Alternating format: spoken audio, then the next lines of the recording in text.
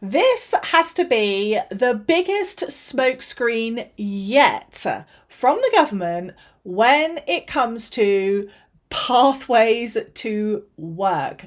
Obviously targeting the needy, the vulnerable, and the people with disabilities, chronic illnesses, and even neurodivergence. So whatever you thought of when it came to our government in the UK about supporting people with various different disabilities, now we have a new model. And this new model is this. The new model, or the smokescreen as I like to call it, relates to two things happening at the same time. So support is being reduced for new health determinations, whether that be LCWRA, ESA, PIP, even access to work, which is a whole minefield I have yet to go down with you guys with. And eligibility checks are expanding, not just on what you spend your money on, but how you live, your lifestyle, what you do and when. Now, if you've been following this channel along and you've been hanging out in the naive kind of shadows thinking, well, I'm not doing anything wrong, so it's not a problem, you might want to rethink that, or potentially you will by the end of this video. So this is the government's new direction. Less cash support, more verification, unless you're coming into the country legally, of course, and more pressure than ever to get people into work with another new government scheme called Work Pathways. And as I said, this is primarily targeting people with disabilities, people with chronic illnesses, and people who have a large or a quite a serious neurodivergence, where they are saying their work is limited, or their ability to work, or their capability to work is limited, or they can't even do it at all. So receipt number one, the proof of this is obviously in the money. Now, if you are someone with disabilities and you're thinking, but Ali, the government are here to support everyone with disabilities getting to work. Well, you all know how that went for me when I used to actually work for the government, and how I had to take them to court 3 times and sue them for not putting into place the things by law that they were meant to do for a disabled person in the workplace. I kid you not, if you don't know that, just go back through the videos, because you could not make this up. However, in the spring statement with the reform analysis, the government is going to be reducing LCWRA, limited capability for work and no work-related activity. Now, it's not just the money that they are going to be reducing, because the new rate is going to be about 50% of what people are getting now, which is about £420 a month.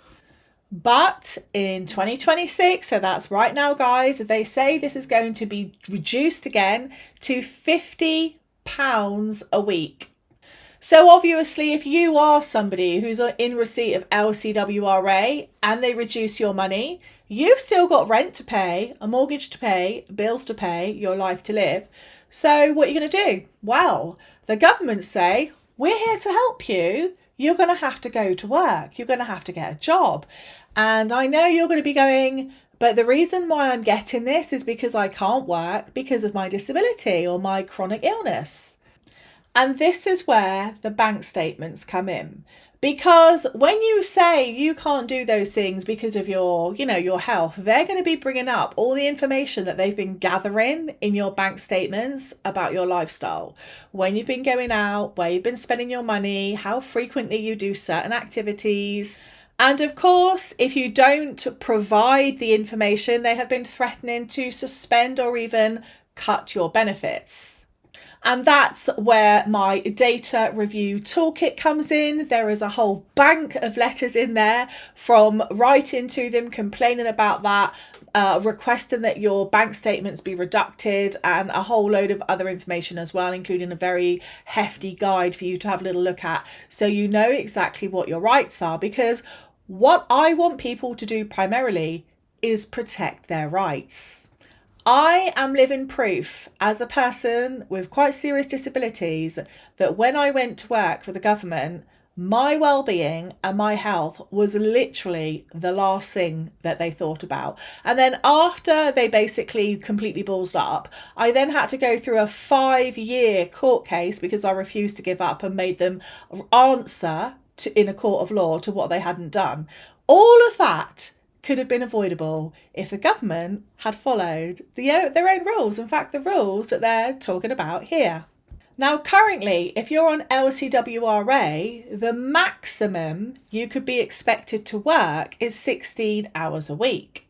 However, with the government's new plans, with the new thresholds, with the rules that will define who gets LCWRA and who doesn't, a work pathway becomes a lot easier to sell to you, or should I say, mandate to you, force upon you, when the alternative is for the government to pay you less. Now, we all know under the new FEAR bill, and if you don't know what that is yet, that is the Fraud, Error and Recovery Act. Sorry, it's not a bill anymore, it is an act. That was passed in law. I have an entire playlist about that.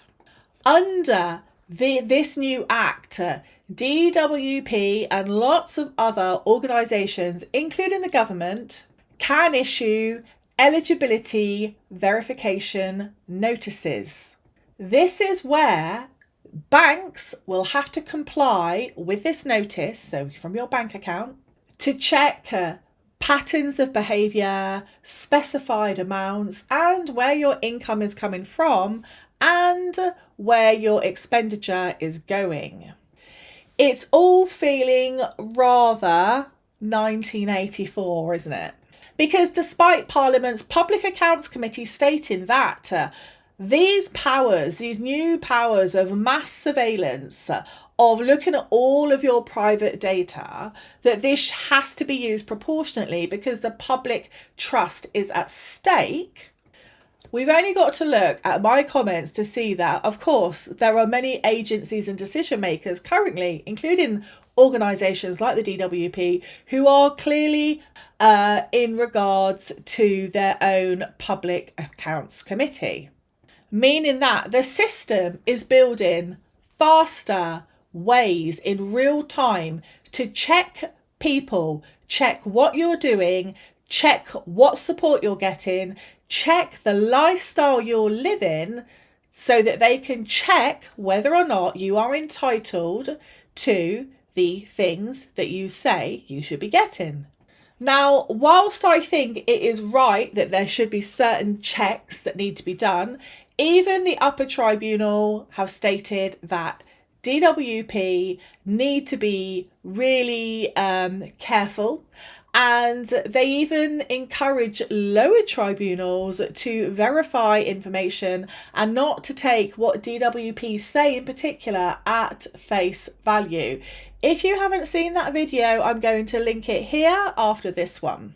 Now, if you are on some kind of disability benefit, PIP is going to become even more centralised, and I think it's really going to be the main stem of everything going forward. This has already been talked about in the Green Paper, where the government have said they're removing the work capability assessment, and instead the premise of disability is going to be relying on PIP, and that PIP alone would be or will be the sole assessment that is done for any form of disability entitlement.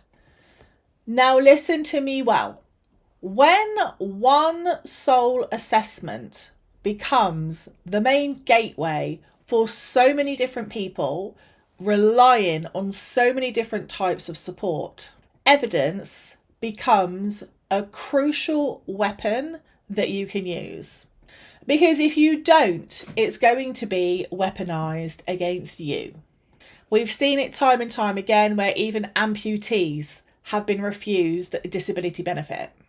Because once PIP becomes the main decider, the main assessment for all of the others, You're not just dealing with one decision anymore. You're dealing with one decision that unlocks all of the others with a system that links that all together in real time. Now, evidence for your disability and how it is impacting your lifestyle can be used against you by using your bank statements alone, okay? Make sure you have the health journal, because in here you can be documenting everything that's going on in your life to prove and to evidence really consistently, thoroughly, how your health condition affects you adversely.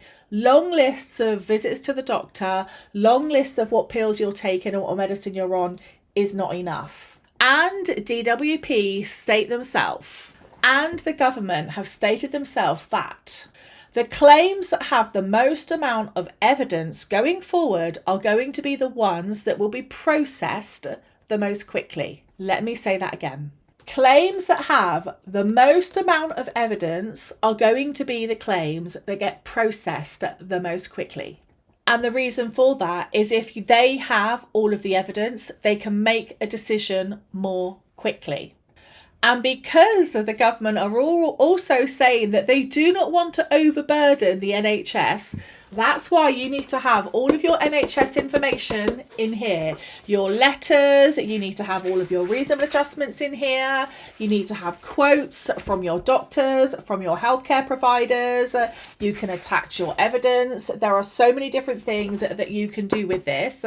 And because it's all in one place, all in one book, it's going to make it very, very easy for you to find, refer to, and most importantly, use. Now, I think this new work guarantee malarkey is a complete smokescreen. And to be brutally honest, it's an absolute, it's jammed. And I think it's a system that is deliberately jammed. I have clients that have been waiting 2 years, from the Access to Work department to get a call, not even have their claim assessed, to get a call. If a disabled person is having to wait 2 years to even get a call so that they can get support to buy equipment or various different things that they need to stay in their employment or to stay in their self-employment, what good is that Access to Work funding? The National Audit Office have even reported serious delays with Access to Work. But here's the point, and here is a part of this whole manifesto, if you will, that they have written, all of these policies. They use the word work very loosely. Do not think that work necessarily means employment, because I know when people hear the word work, they think managers, disciplinaries, routines, being late, how to manage the kids, pressure, schedules. But in actual fact, work can also be self-employment as well. But they're just very careful and clever with how they word these things. Self-employment in the eyes of the government, particularly for people who are in receipt of a benefit or are requiring support from disability aids, they can get a lot more support, I would say more support and more flexibility as a self-employed person than they would do predominantly from an employer. But do not rely on things like Access to Work, because as I said, you can wait years. Now, with self-employment, the goal shouldn't be hustle. It's about control. Controlling your own life, controlling how you can do certain things every day or whatever parts of the week you can do things. It's about controlling your activities. It's about controlling how you put your health and yourself first. And it's about being able to control your finances, because as a self-employed person myself, I would not be able to earn what I earn in an employed position as a disabled person like I can do with what I'm doing online. Because when you have, for example, an online business, that is making money for you when you are not in it working, when you are asleep, when you are doing other things. For me, and I think for a lot of people watching, self-employment equals self-control, a process that you control, with conditions that you control. Now, if you're feeling kind of like you're on quicksand, that there are lots of changes that are happening and you don't really know which way to go, I am going to be releasing over on Off System an exit toolkit, literally called the Exit Toolkit. It's going to be available very, very shortly. And you can start looking at other avenues and different things that you can do that the government aren't necessarily going to be telling you about.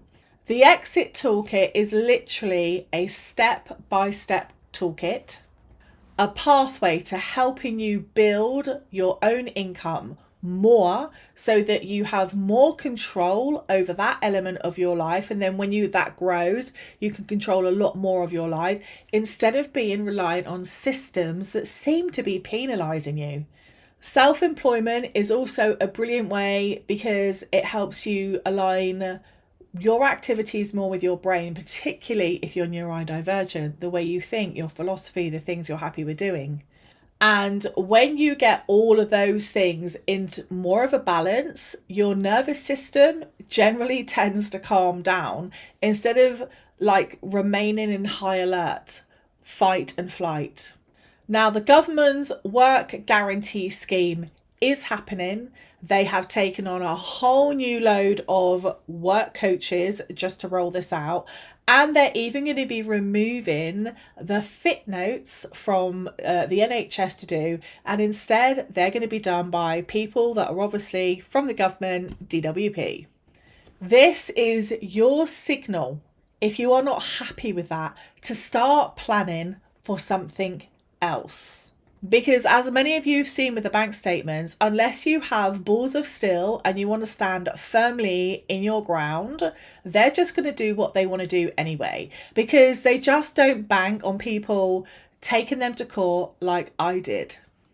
And I will say as a caveat that I wouldn't really encourage people to do that. It was incredibly stressful. As I said, it took 5 years of my life. It's definitely made my health a lot worse.